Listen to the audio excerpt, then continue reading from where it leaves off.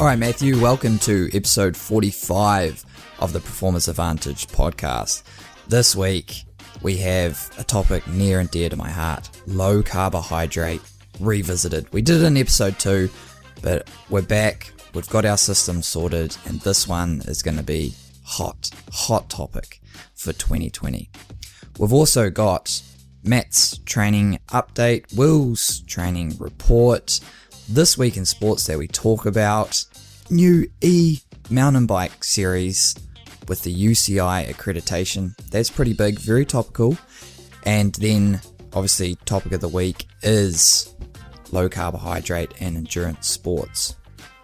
Big shout out to our sponsors who help bring this podcast to you, TheEnduranceTrainingHub.com and SmartMTBTraining.com. Online self-coaching software to help you perform better.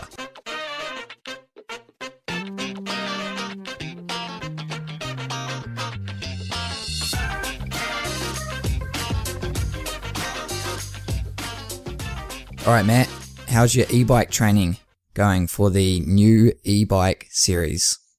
It's going pretty good. It's still on an analog bike at the moment, but, going good. So you called me yesterday, and I was like, like when Will calls, I answer. I was out mountain biking. I was at the top of the hill. It was raining. Just got done doing a few intervals. That's right. I did some intervals. I was testing out, just trying to stay in touch with how different workouts feel. So I was testing it out on the trail with my power meter, my propulsive power meter. It hurt for sure. Like intervals are always pretty tough, but, it was good to try them and, hopefully helps my performance for the e-bike racing that's coming up. But yeah, it was a big week this past week. As we said in the last episode, I had Harlan Price, the skills instructor, mountain bike skills instructor, come to visit to test the brake power meter. 'Cause Harlan's so good at explaining skills and like what you're doing with your body when you're mountain biking. Like I've done some skills instruction and it's nice to be able to think about it, but he just blows anyone out of the water. And that's what he does. Like he teaches skills and he teaches skills instructors how to instruct skills.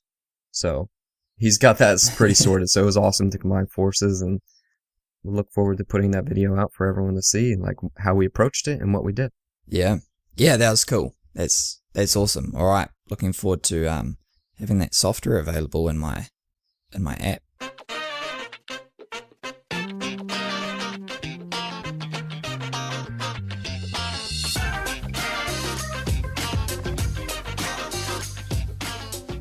All right, William. Now, you just had your big race a few weeks ago. I saw that you have your post-race thoughts video that came out recently on your YouTube channel.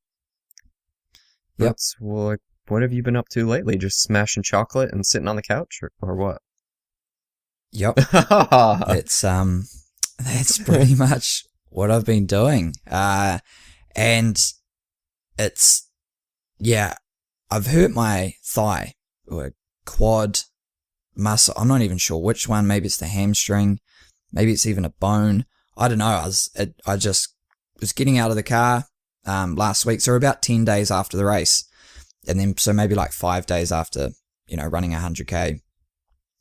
It just just lit up and it's so sore.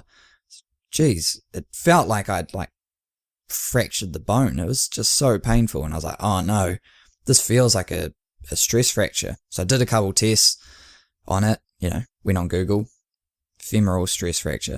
You did your research, right? Yeah. One test definitely flared it, and then the other one was no issue. So okay, so I'm going to see an expert. So you're tomorrow. 50% sure that you've broken your femur? I'm probably 2% Oh, okay. sure. That you haven't. Yeah. Well, I don't think I have. And yeah, but I've seen, I'm on Strava. I follow what my competitors and stuff are up to, and even just other athletes around the way. A lot of people have already gone back into running after the 100K and even the 100 miles, and some for the 50 kilometers.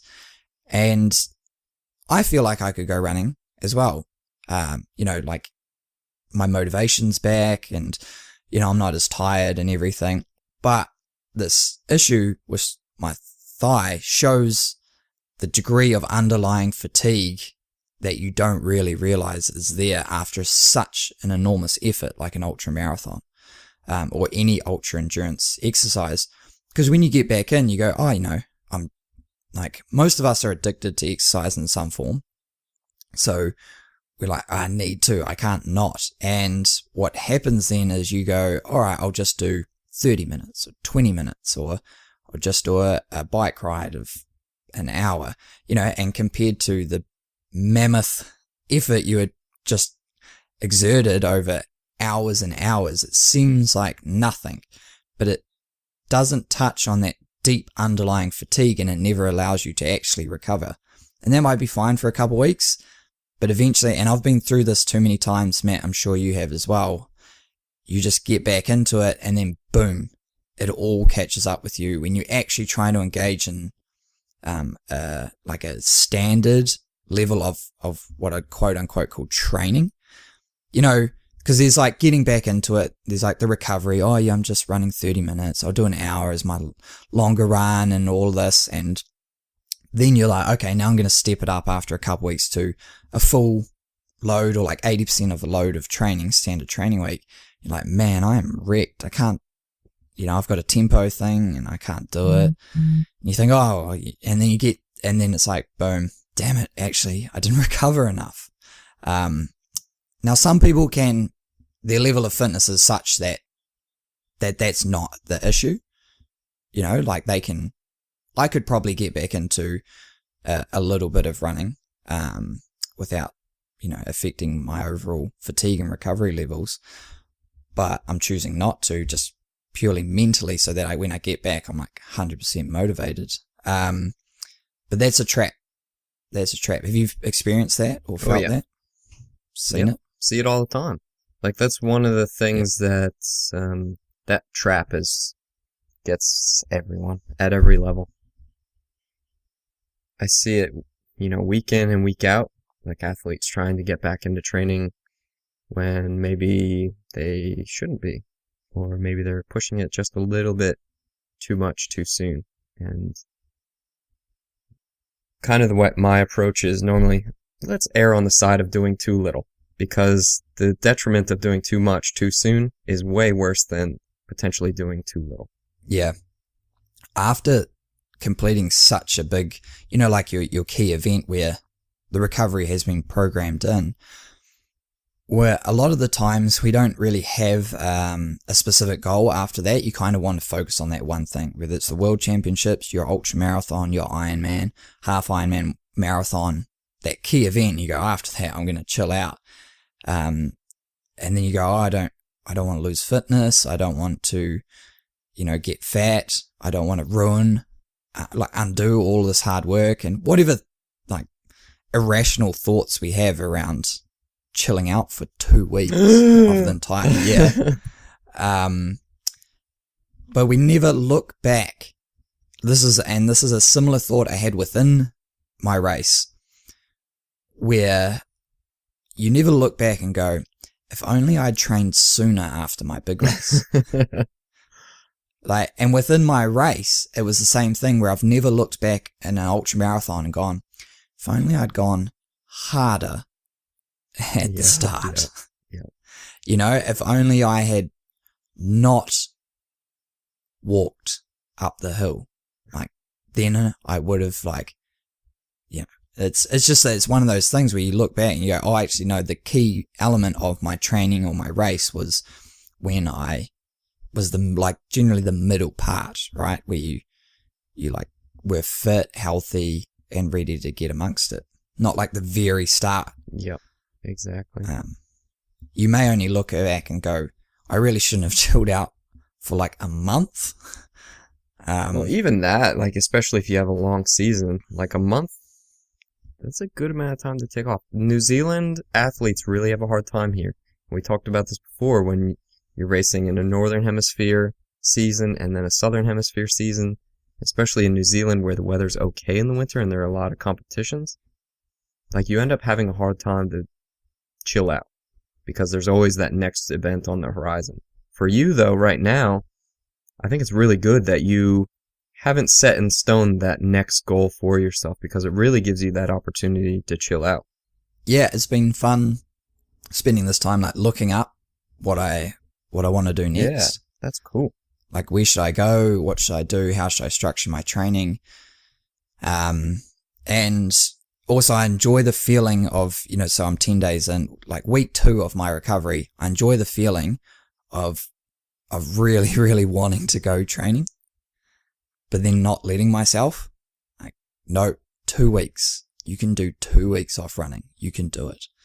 And even like, getting anxious about it, it's like good. So when you get into it, it's like the early mornings don't hurt, and the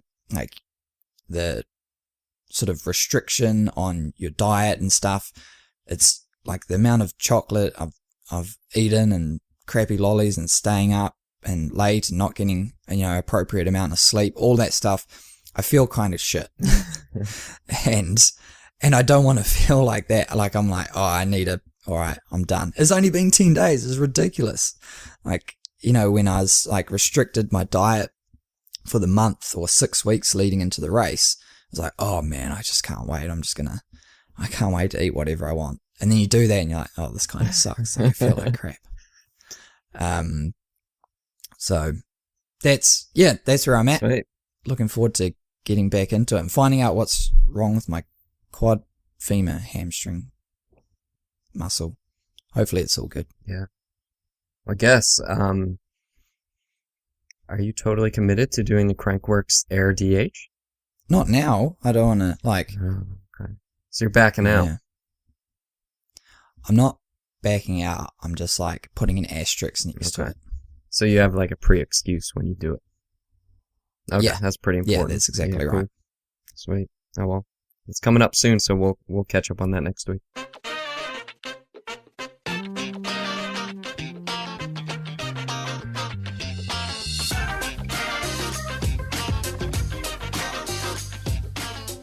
Alright, Matt, this week in sports that we talk about, which has a new sponsor, Mighty MP3 players. You've heard me talk about them before. They allow you to have Spotify music and Amazon music. Our US listeners, maybe they use that. I have no idea what Amazon music is. But they let you listen to that offline. You don't need your phone.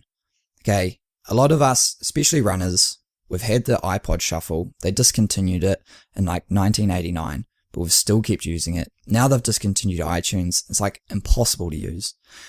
And people have like, we're not even putting wires on our headphones anymore, so you can't plug them into anything. So this Mighty MP3 player solves all of that. I have Bluetooth headphones. You can plug them in. Helps battery life a little bit. But I can listen to Spotify music, so I can keep updating my playlist, not listening to the same one for 10 years because I don't know how to work iTunes on a Windows computer. And it's good to go. I love it. I absolutely love it. That's why I reached out to them. So they will give us $10 for every one you buy through the link in the description. And using the code PA Podcast, you get 15% off. Matt, is that a win-win? Yeah, that's actually a really big win-win. I might actually try and get one.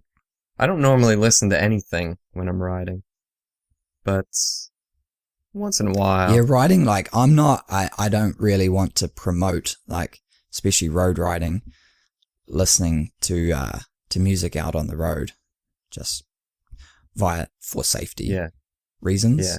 But, no, that's really cool. And I don't listen to music all the time either. Some people do, and like I definitely love it for interval sessions and for parts of my long run. But yeah, I really, really like like this mighty MP3 player because it's just so, like, it's so simple. You can keep updating your music with Spotify, which most of us have, or Amazon Music if you're, I don't know, Gen X, Y, and Yeah, it's that cool, blows man. the doors. Check it out. Like, that blows the doors off the mini disc player that I used to use, where you could fit like 2 CDs on that you had to burn onto this little, well, pretty big mini disc. And I pretty much listened to the Beastie Boys and Linkin Park nonstop for a full winter. Linkin Park. Yeah. So 2 CDs all Yeah, winter. because you're not going to spend like another $30 on a CD, like to burn it onto your... Yeah. Or use dial-up and wait like 5 days for a song to download. Get like 46 viruses. Yeah. Yeah, they really... Man, they're done with that. Anyway, Matt, this week in sports that we talk about, e-bike World Series for e-mountain bike, World Series. UCI accredited. Yeah. It's the real deal. Yeah, this is legit. It's happening. This is getting legit. There are a lot of people out there that have, like, that feel sad when the UCI gets involved with a sport, like when UCI got involved with enduro. I don't see the problem personally. Like, I think the UCI is great. Like, they are there to promote racing in mountain bikes and uphold rules in mountain bikes. So no doubt with the UCI getting involved in the eMTB World Series, we're going to have more racing and better rules. So I think it's a win-win. It's going to change probably the landscape of the technology pretty quickly. Brands will have to catch up. They'll all want like better motors, lighter equipment, so they can have faster racers. But yeah, I think it's going to be awesome. There's a 5-race series across the world. First one starts in like 3 weeks. So I think they were maybe a little bit late on the announcement of this series. So, book your flights to Monaco first weekend of March. That should be cheap.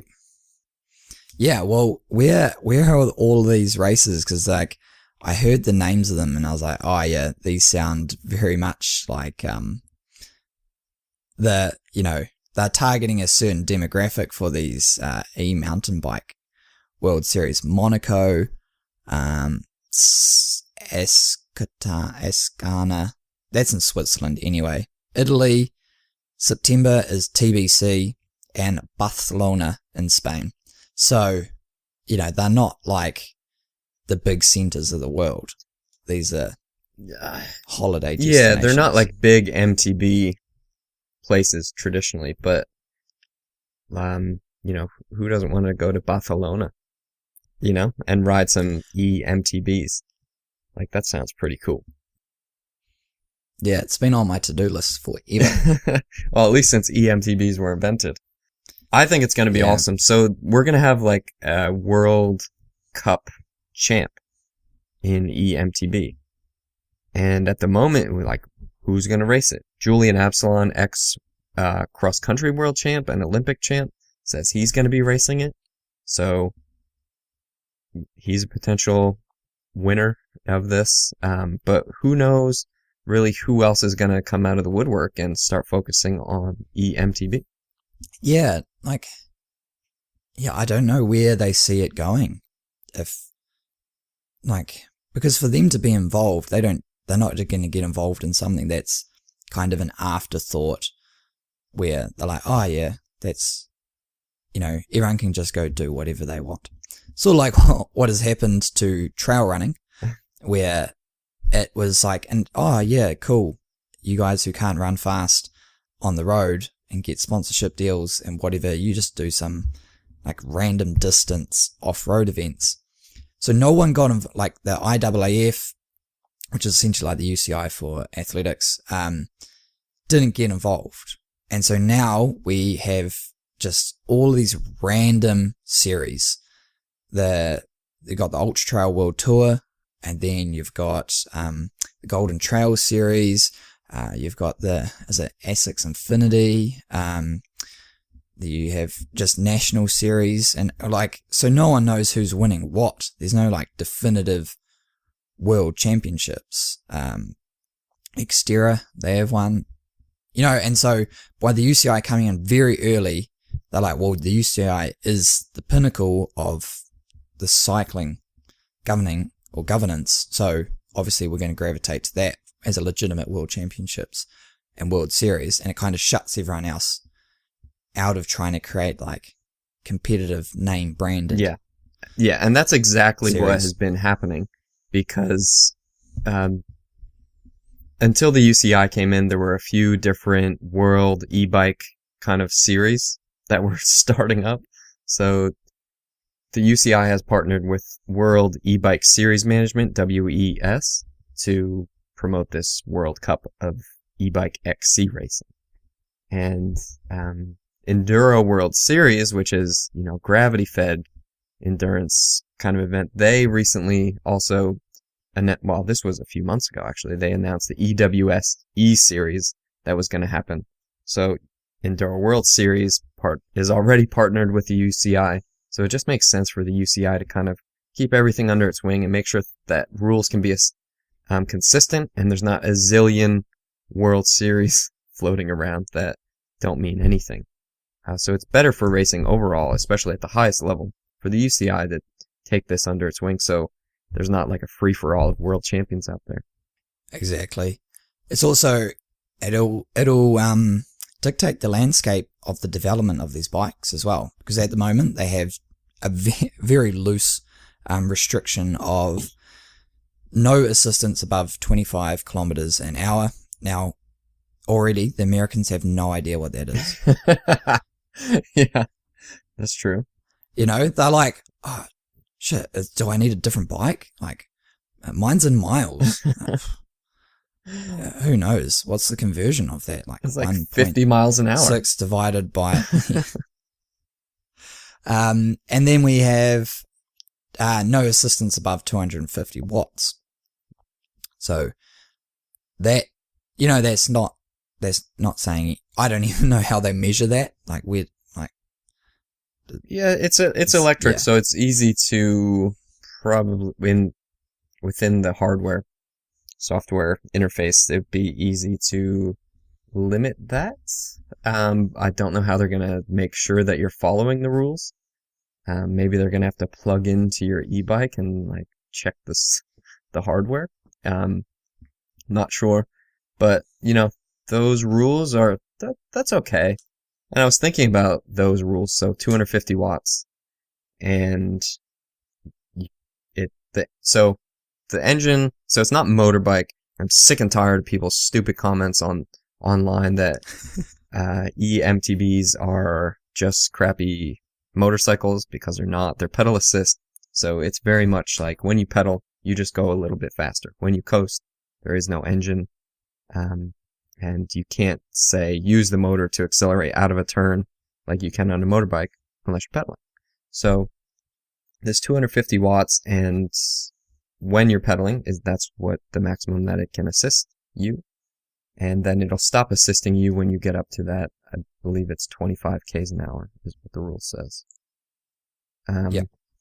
So this obviously, this could be like a sport for the underdog kind of mountain biker that maybe can't keep up on a flat track. So 250 watts for someone that weighs 57 kgs, for example, that's a lot of watts on their already decent watts. So this could really help the smaller racers to be really competitive on different kinds of tracks. And obviously, since EMTBs go really, really fast, on different parts of the trail, there's a high element of skill involved because you're just hitting turns faster. So I think, we could start to see a different kind of racer excelling at these races, which would be really cool.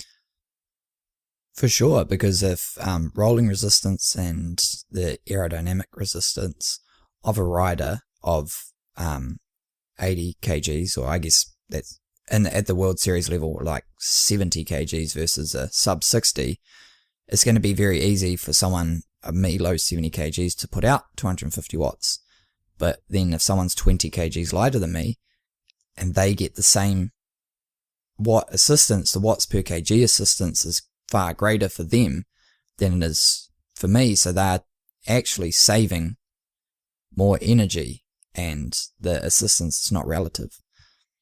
But you also still have the speed, right? So on the flat, how much assistance is required to get to 25 k's an hour? Yeah. Who, like...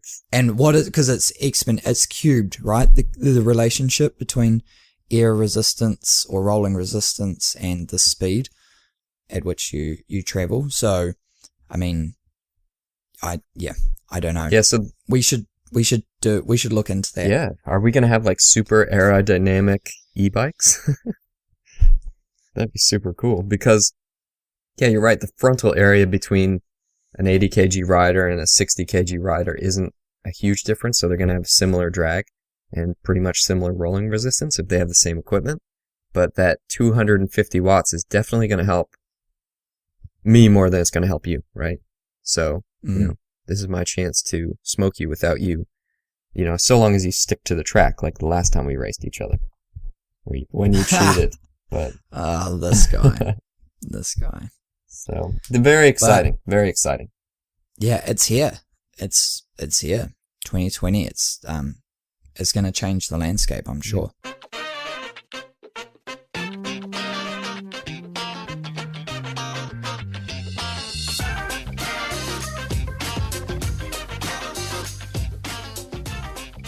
Well, you posted something on your Instagram yesterday that you were reading your thesis, right? Because you did your doctoral thesis on low carbohydrate diets and ultra endurance performance. And yep. So I sent you a message. I saw that you had just posted it 3 minutes ago, right? And I said, let me guess, you opened your thesis, looked at the first page, closed it, and put it away again. And you said, no, I'm really enjoying it. But it's only been 3 minutes. So how long did you actually read your thesis for? Most of that night and most of this morning. Wow. I forgot how much work we put into those things. Yeah. I literally I didn't get my studies published. I tried. And at that stage, you know, you finish years of data collection, literature review, peer review, feedback, and you got to put together this book. And then at the end of it, you know, I'm trying to get these publications sorted because of the nature of my study, which required people to go through, an individual to go through 2 lots of a 4-week diet with lead-in VO2 max. So like at the minimum, it required, with the washout period between diets of 5 weeks, it was like 20 weeks as a minimum for one person to go through my study. So, and I couldn't have like everyone, all 13 athletes go through at the same time. And then I also had to collect data from my other studies. So it wasn't until the end of the study, the end of like around 3.5 years of data collection, that I was actually able to start piecing this together. And then I also have to, you know, pass my PhD within the time limit. So with getting the articles published, I'm trying, and then people would like, you know, the peer review process. Oh, you didn't look at this. You didn't control their diet enough. Why is their protein different by 1 gram? And all of that. And I was like, I don't care. I've done my research. I found out what I wanted to find out. I don't really care if 10 people in the scientific universe who have access to these paid journals read it or not. But now I think reading back on it, I was like, this is really good. This should be in the scientific domain for people to reference and look at, because some of the information and results that I achieved are not published anywhere, in terms of maximal fat oxidation rates in men and women. Some of the findings I was able to achieve within my research. Yeah. So anyway, I read it a lot. Okay. I read back on it. So you're saying that your research is quite interesting then? Well, I mean, I researched it, so obviously, and I wrote it in my own words. So yeah, it was interesting to me. Yeah, that's cool. Obviously, diet, especially when you're manipulating your diet for performance enhancement, like a lot of people hold that near and dear to their hearts. So I know when you were going through the review process for some of your papers, like people are just overly passionate, and obviously scientists who are reviewing papers, they're just douchebags, honestly, and they think they know everything. So if they disagree with you slightly, you're going to have a really, really hard time getting a paper published. So you're looking at getting novel data published in a really, really passionate segment of sports science. And it came at a time when low carbohydrate diets were like really a thing. So there was a lot of research coming out at the same time that yours was. So there wasn't a lot of research. There was a lot of anecdotal reports online and a huge pushback from, now I don't want to say the anti-low carbers, but the very pro-carbohydrate people. Yeah. So that is a lot of the people associated Don't with say the name. The Gatorade. Oh, you said it. Sports Science Institute. Boy. Yeah, so just imagine the amount of money pumping around there. You know? So... Oh, you mean Gatorade? Well, yeah, that one. Or any of them. Like, there's a lot of money in selling sugar to athletes. Like, heaps of money.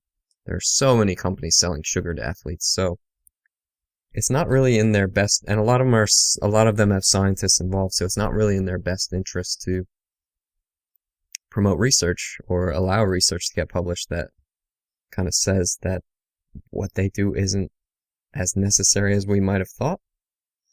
For example, like that's exactly it. And it's not that, well, I'll get into it, but it's not that what they do is not necessary. It's that research like mine adds to the body of knowledge arguing against the necessity of sugar and athletes, or carbohydrate and athletes. I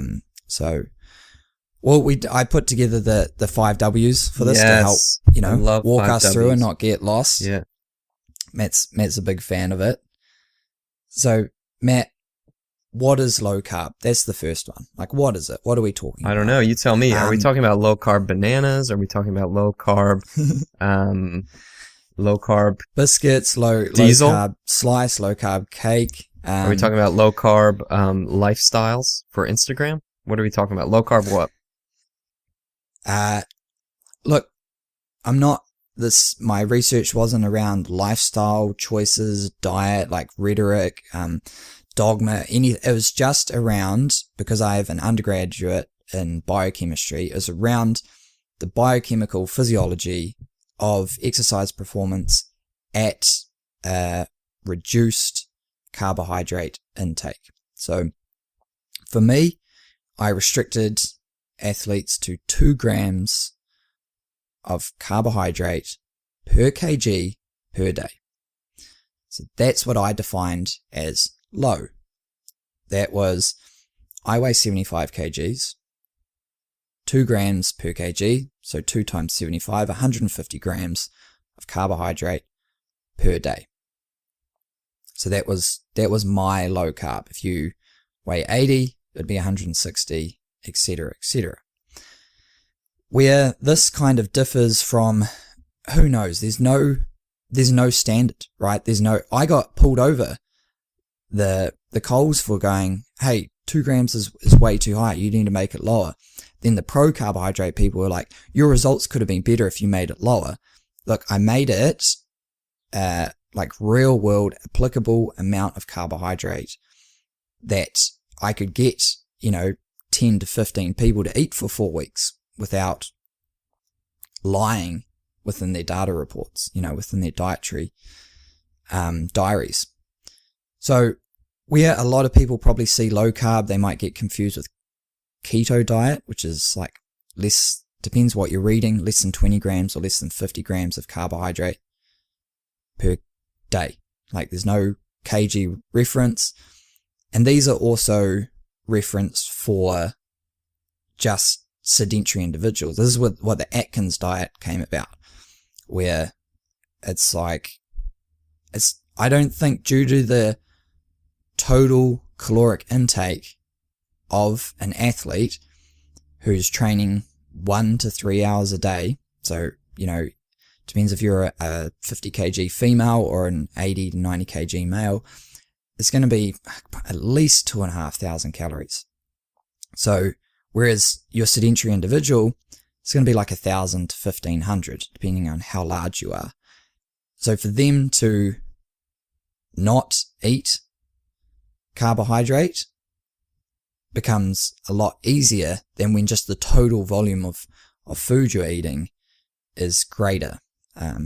So that's where I base this off. And also, sedentary individual is not exercising, so they generally have reduced insulin sensitivity, reduced ability to store carbohydrate. So within an athlete, there's a higher turnover. So it's not like all the, I don't want to say negative, but alternate biochemical effects of eating carbohydrate. They're not associated with athletes, because athletes they're burning a greater amount of energy. They have greater storage capacity, and their ability to metabolize carbohydrate is a lot more efficient. Mm-hmm. Okay. So there you go. So it's a long-winded explanation of. It's unfortunate actually to see that you've lost most of your passion for this. That's a joke, because you are obviously still very passionate about this. So when we're talking about low carbohydrate diets for endurance performance, or just low carbohydrate diets in general, you're kind of taking the angle of a low carbohydrate diet is a diet in which throughout the day you do not consume more than 2 grams of carbohydrate per kg of body mass. Yeah, as a maximum. Yeah, okay, so you could have less than that, in which you maybe are having different effects in the body. But for you, what you looked at is athletes exercising at when they had a low carbohydrate diet, and you were looking at their effects on their performance. So actually, quick pause, we did this episode as one of our earlier episodes. Yeah, episode So 2. we called it just low carb, which pretty much when people were searching podcasts, that didn't come up. And also we had pretty much disgusting equipment that we were using, so the sound quality is horrible. And when we did our episode last week where we reflected on our first year of podcasting, we realized actually what we need to do is go back and repeat some of these episodes, because we can do a much better job and explain it better for our audience, and it'll sound better and be just more entertaining overall. So you can go back and listen to that, but I would not recommend it, because we're going to kind of redo this all now. So, and we have these 5 W's. So this is what we're talking about when we talk about low carbohydrate diets, is less than 2 grams per kg per day of carbohydrate. Yeah. Cool. And then I guess we get into how does it work. So we have because don't you need carbohydrates? Exactly. Right? And this is what everyone's thinking right now. Okay, so you were just talking crap on Gatorade, and I like Gatorade, and so should I just not have Gatorade? Is that what we're saying? That's not how it works. That's very good. No. What happened in the literature was we have exercising individuals, and we can measure their respiratory gases. So you breathe into this tube, and the amount of CO2 and O2 you breathe off gives an indication of what fuels you're burning: fat and carbohydrate. We've been able to do this for probably like a century or more. And at some point, we had exercising humans and realized there's a lot of carbohydrate being burnt off when someone runs or rides to exhaustion, or to, a time to complete or total work done within a lab. You're like, well, how about we feed them carbohydrate? They're burning so much. Boom. Immediate increase in performances. Yo. And So Gatorade was there's born. more research done. Essentially, yeah. And then we started taking muscle biopsies, finding that there's muscle glycogen. So that's our stored carbohydrate. Like, if we can increase the capacity of our glycogen, then we can increase the rate at which we burn carbohydrate. Because you need carbohydrates to do high intensity exercise. 100%. This is exactly it. And so we could take carbohydrate in during Gatorade, right? During exercise. Before exercise, we could do practices to increase the amount of stored carbohydrate. So that's carbohydrate loading. So somewhere in there, it became logical to say we should eat as much carbohydrate as possible, and fat has zero relevance to performance.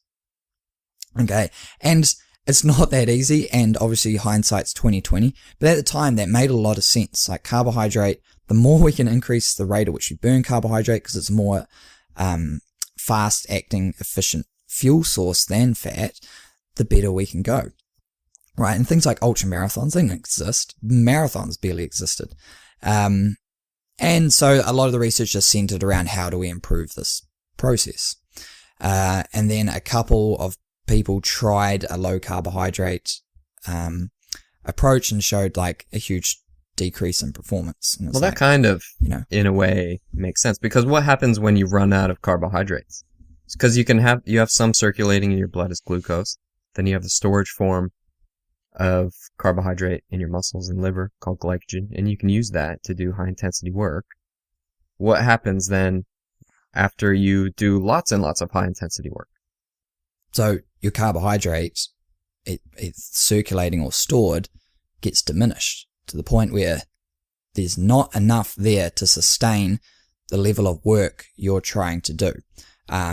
If that's a hill climb, if that's running at a certain pace, certain power outputs, swimming at a certain intensity, and you blow up, you bonk, you hit the wall. Like, it's done. You now don't have that. You've run out of petrol. You don't have that fuel source to sustain that level of activity. So by going hard for a long time, which is pretty much what we do in a race, if we do that without bringing in any fuel or having any kind of intervention to improve our economy, we're pretty much super limited by the amount of carbohydrates that we have stored, because once that's gone, we can't exercise at a high intensity anymore. We need to slow down. We've totally bombed. Right. And coming into my research, I was not arguing that. I was not arguing that a high rate of carbohydrate oxidation, or like burning carbs, or the rate of storage or availability was going to make you a better 10-kilometer runner. Even a marathon for the very fast people, it's like, but there's points at which increasing your ability to oxidize fat or burn fat to create, convert into mechanical energy to propel you forward. If you can lift that level, your capacity to burn fat at a really high rate, so now you're creating more mechanical energy from fat and oxygen, you are minimizing the rate at which you rely on carbohydrate, even at those high intensities. And if the carbohydrate was to run out, your like fall from grace is not that far, because you have the capacity to buffer a lot of that reduction in energy from fat, from stored body fat. So getting better at using fat as fuel when we're exercising means that we can save more carbohydrates. Yes, that's one of the reasons. Yep. Very good. And we can also exercise at a higher intensity just using fat, which means, again, that we're saving those carbohydrates. Yes. Yeah. And sounds amazing, right? So that's why I was like, wow, if we completely reduce the rate of reliance on carbohydrate during ultra endurance, 4 hours or more, and hugely upregulate the rate at which we burn fat. And then if we still carbohydrate load, so we have maximal glycogen stores, we still ingest carbohydrate during the event, the ultra event, I mean, that's just a recipe for improved performances, right? 1, we have to adapt.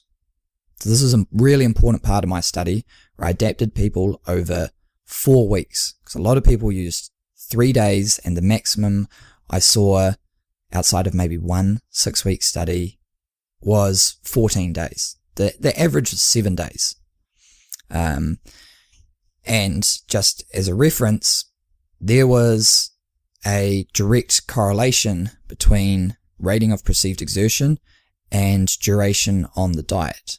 So it got infinitely, well, not infinitely, but it got better the further on through the diet you went. So your feeling got better the longer you spent on a low carbohydrate diet. Yeah. Because what's happening if you just suddenly take carbohydrates away? So say me today, I decide, you know what, I'm going on a low carb diet and I'm going to be the dopest e-bike racer ever. What would happen? How would I feel today and tomorrow?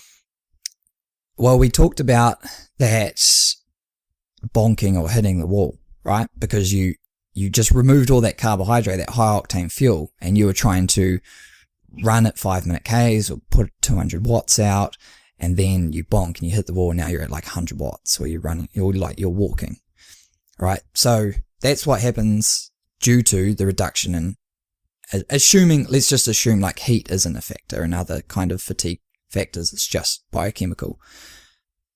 You do that yourself. So if you're like, cool, I'm going to stop eating carbs, you'll feel fine for a couple of days. Then you go out and you're like, oh yeah, I'm going to go smash that hill climb, do some intervals. You're like, whoa, I have nothing. This diet sucks. I feel like crap. Depends how much carbohydrate you eat within your diet.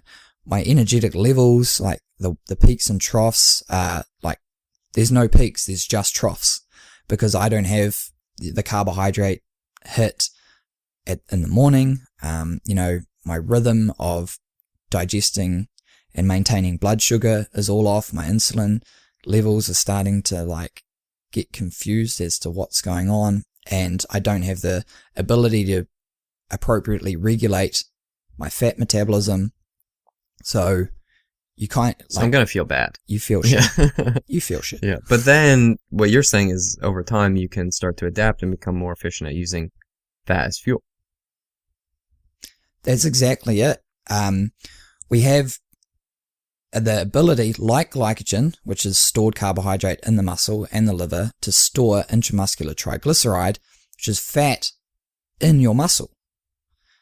And that's just amazing. That creates that minimizes, I guess, one of the regulating factors of fat metabolism during exercise. And that's transport from either the blood as free fatty acids or adipose tissue, like your fat tissue, because you got to break that down from triglyceride to free fatty acid, absorb it across the muscular membrane, get it into the mitochondria.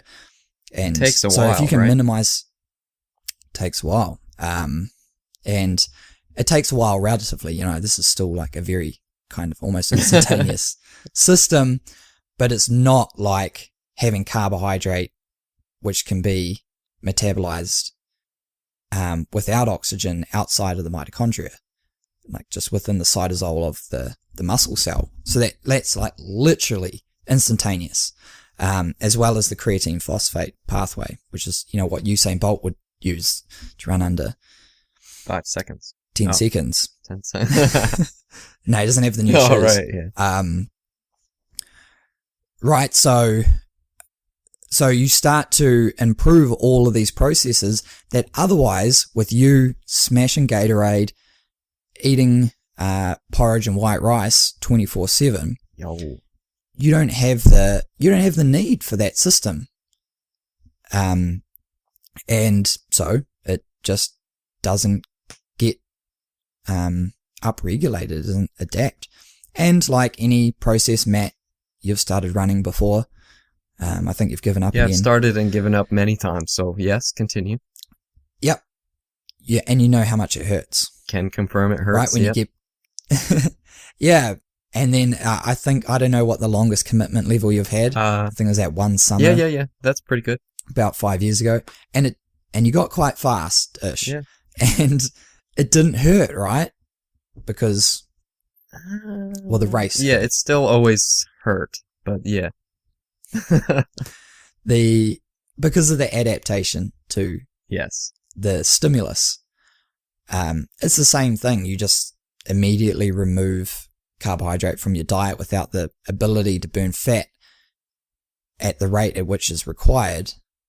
You feel like crap and you require some form of adaptation, which I showed in my study. I showed increasing fat oxidation rates across the 4 weeks.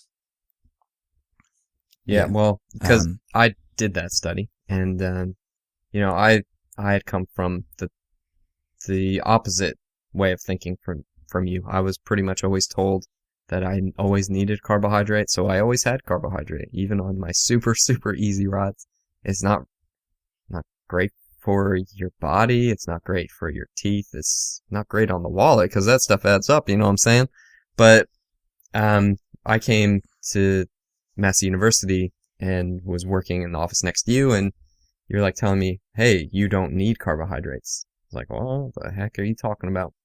So I was a participant in your study, and I felt exactly that. I felt pretty bad right away because I did your month-long low carbohydrate diet. So low carb for a month, I felt pretty bad right away, but then actually I felt amazing later on. We weren't doing super high intensity training, but I was still doing some local mountain bike races and, racing for a podium or a win. And actually, by the time I adapted to a low carbohydrate diet, I felt actually amazing. I'm not a dietitian or a registered nutritionist. So my degree of knowledge in all the micronutrients and also in-depth knowledge around cholesterol and how it works. I have a very good understanding, but that's the fight back. You can't eat fat, you'll get fat, right? You'll get high cholesterol, you'll get all of these issues. Fat is a lot more tightly regulated within the digestive tract than carbohydrate, and especially fluid-based carbohydrates. You just think Coke, right? The amount of calories you can smash through Coke and Coca-Cola, the drink. Oh, yeah. Yeah. Yeah. Is far greater. There's no real point of registering the satiation. So, it goes through you. You don't feel like you had any calories. Yeah, because the body perceives it just as fluid. The huge finding, I did not restrict calories at all. I left it ad libitum. That's it. You could just choose. You had these restrictions on your diet, greater than 5 grams per kg per day for high carb, and then low carb under 2 grams per kg per day.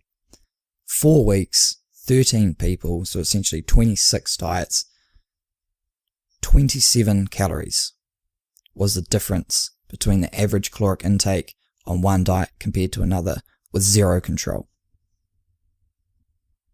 It's pretty amazing. So you're saying that we do a really good job at choosing how much to eat?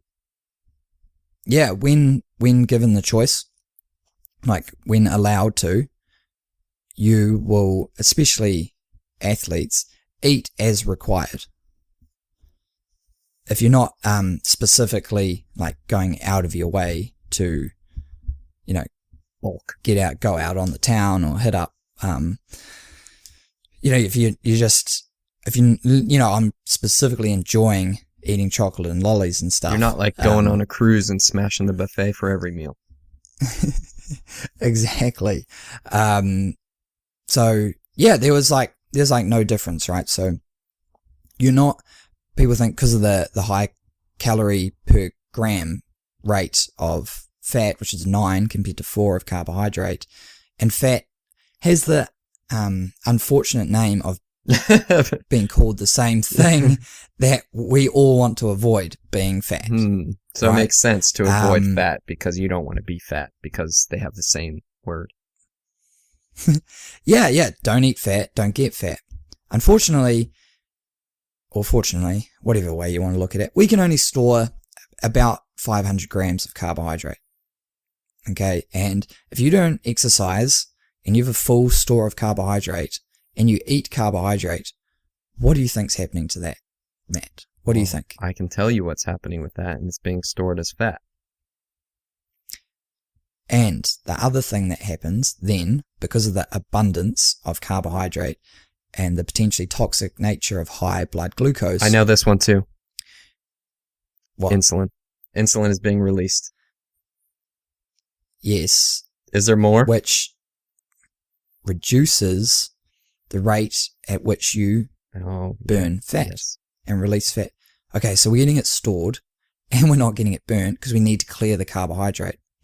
Then what happens if this is happening for a prolonged period of time, you burn all that carbohydrate and you store it. Okay, the body, you eat it, you eat your bowl of white rice. The body's like, I need to clear this. All right, here's let's put some in fat, let's send it to the muscle starts using it, the brain uses some, cardiac tissue. Then you have no more white rice. You're like, boom. You've shut off essentially your ability to oxidize fat and transport fat from your fat tissue to like your other working tissues. And you're like, well, now I'm hungry again. And if you ride that out, which is like a way in which intermittent fasting is really good for a lot of people, it works well because they're forced to ride that out.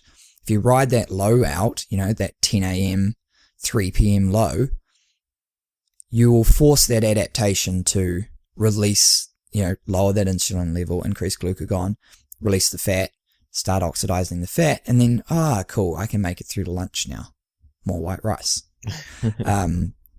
So that's that. It's like this negative feedback cycle of like, I'm hungry, I don't want to eat fat, I'll have a muesli bar, and then we get that same thing, and so now we're ingesting a greater amount of calories than we would have otherwise, or we're ingesting the same amount of calories, but the way we're metabolizing it is different. One's sort of anabolic in terms of storage, and one's catabolic in terms of breaking down. So that's why it's not like a huge negative to be consuming a high-fat diet. Yeah, that's great.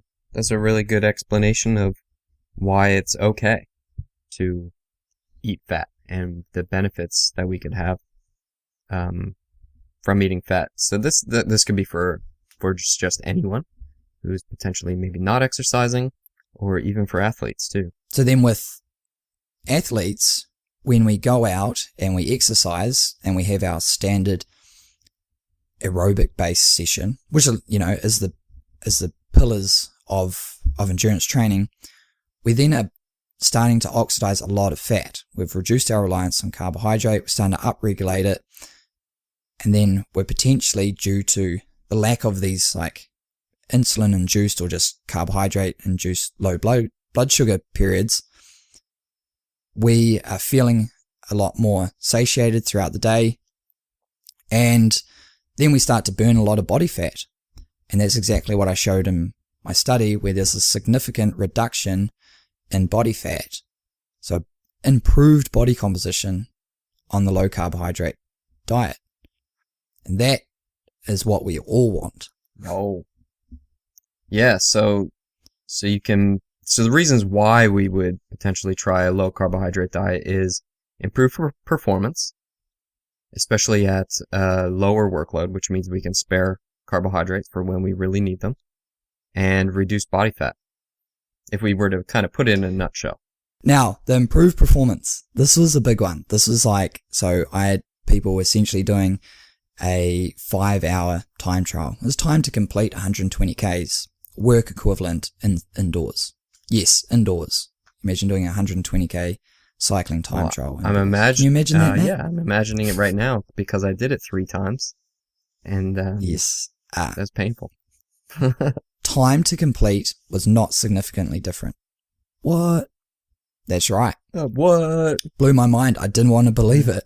I just spent 3 years researching this, metabolic efficiency that doesn't even work.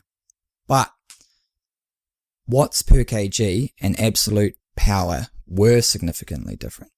And because it was in the lab and was just on a stationary bike, so it kind of relates to if you were going to do a dead flat time trial for 120 Ks, where, there's no inclines and your weight pretty much doesn't matter.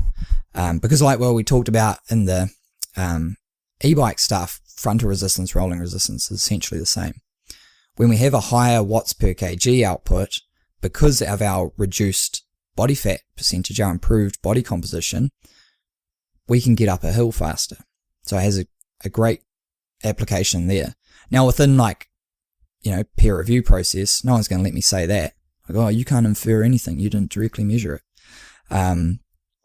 But there wasn't the huge difference I was expecting after 5 hours of riding a bike with these hugely significant increases in fat oxidation rates, massive. It was half, it was almost, about half a gram per minute more fat and upwards of 1 gram.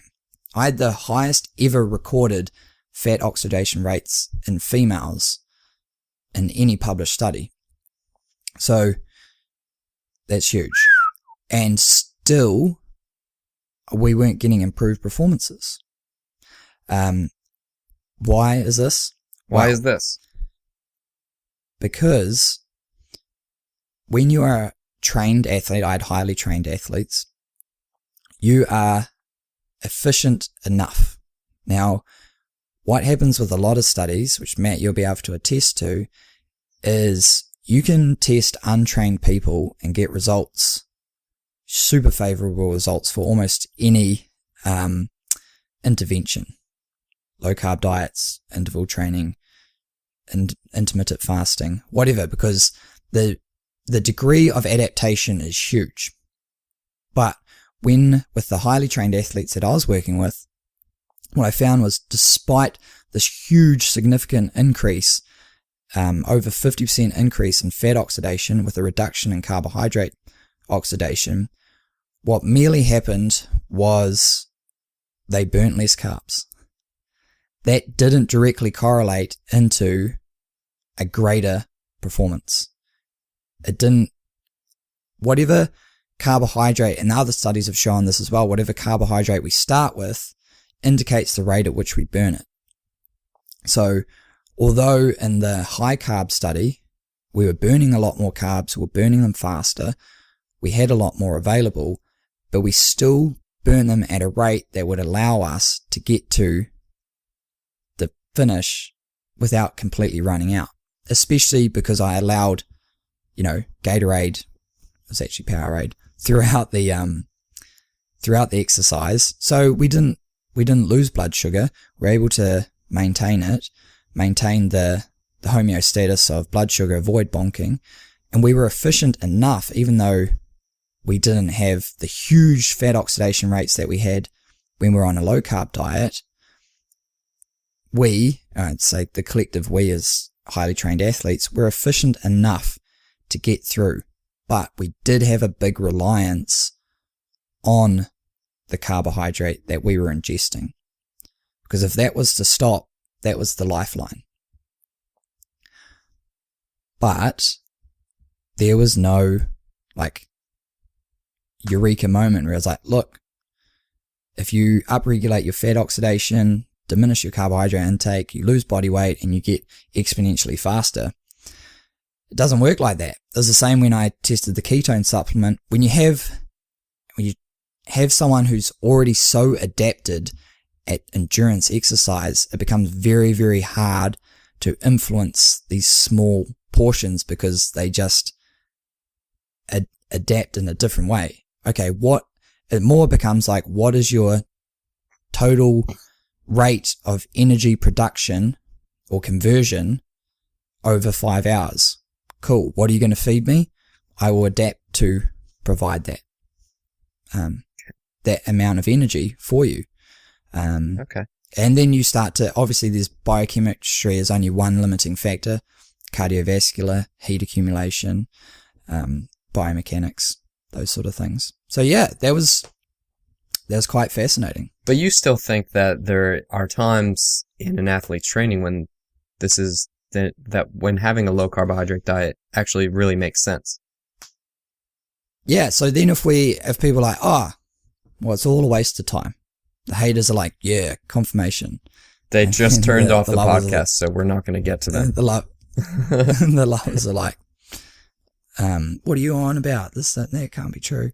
Dietary periodization is a total thing. Like I think that's the application, which I know for a fact professional athletes are doing on the world stage in various amounts of endurance sports. So what you're able to do, because of your ability to, when you're on a low carbohydrate diet, to oxidize fat, burn fat at really high rates, if you then couple that with a reduction in your overall energy intake, not huge, but just a little bit, it becomes very, I don't want to say easy, but a lot easier to burn fat and become leaner. So you got that. That's a definite benefit. As an ultra endurance athlete, like me, myself, ultra endurance athlete, I want to reduce the reliance on external or exogenous, if you want to get scientific, external carbohydrates. I don't want to have my fall from grace when I run out or miss an aid station be huge. So by having really high capacity to oxidize fat, you're not going to have the reliance on that. It's more of just the topping up your blood sugar. Then we also have your ability to increase your storage of carbohydrates. So this is like our carbohydrate loading period, which a lot of people would know. This is the super compensation. So by sparing or like removing carbohydrate for a period of time, about 10 days, and then reintroducing it, you get a greater storage. So it's kind of like your muscles are like, yo, hoarding. Give me that. Yeah, like as opposed to just a continuous supply at which you then don't have to hoard. It's kind of like, Matt, don't know if you remember in New Zealand, Marmite factory got affected by the Christchurch earthquake. Everyone's like, holy shit, Marmite's running out. I'm going to like buy it. And then it was like $100 a jar for this like black yeast-based tar that you put on toast. It's not very good.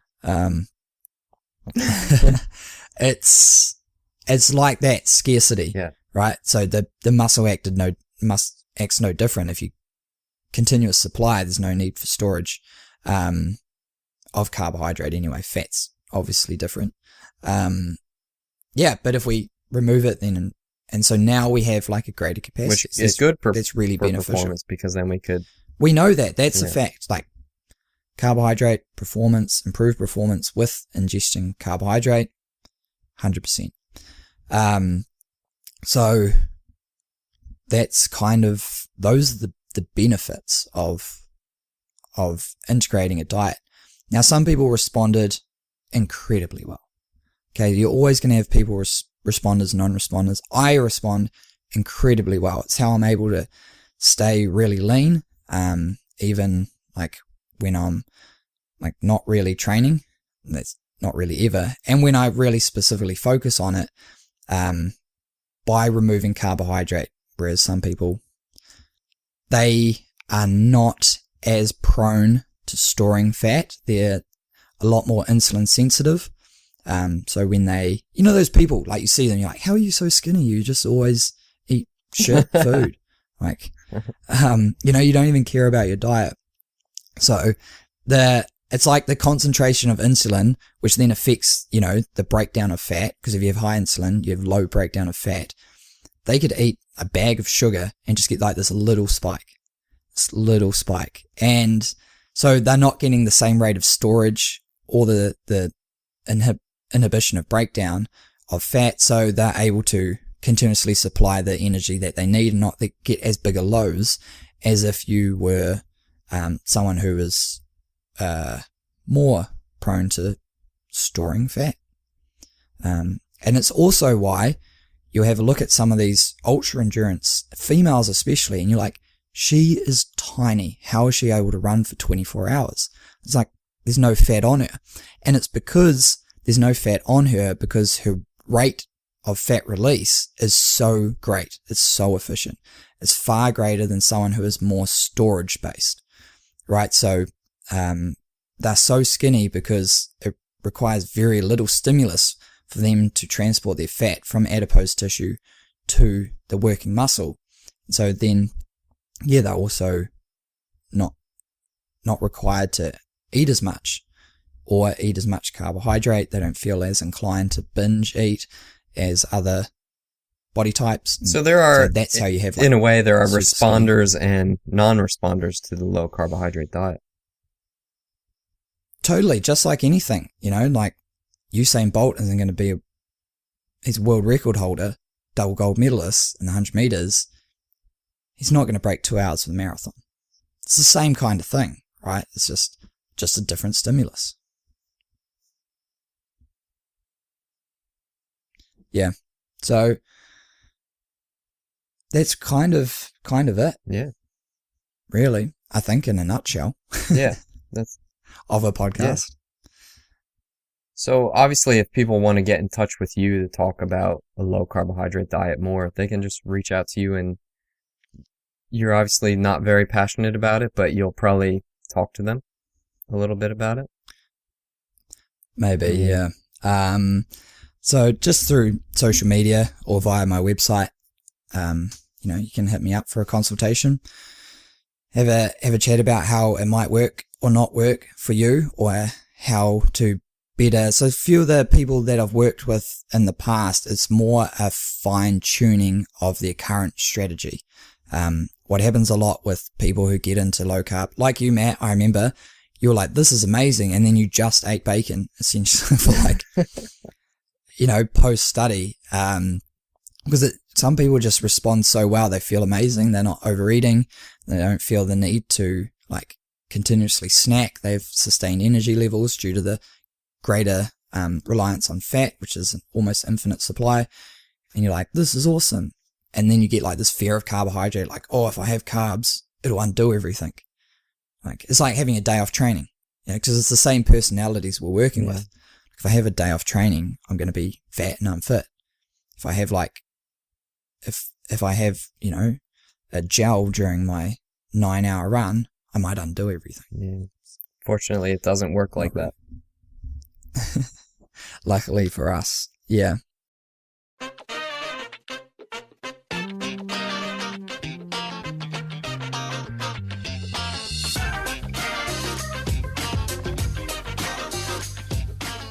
All right, Matt. So that should do us. Everyone should be well informed enough, I think, for low carbohydrate and endurance, sports, performance, metabolism, and everything in between. Thanks, Will. Catch you next week. All right, Matt. See ya. All right, guys. That does us for episode 45. Remember to follow us on social media to keep up to date with everything that's going on with us personally, the athletes we work with, and the Performance Advantage podcast. All the links for stuff we talk about, how to follow us, how to get in touch are in the description. So check that out, and remember to share, tell your friends, help us grow this network. All right, happy training, everyone.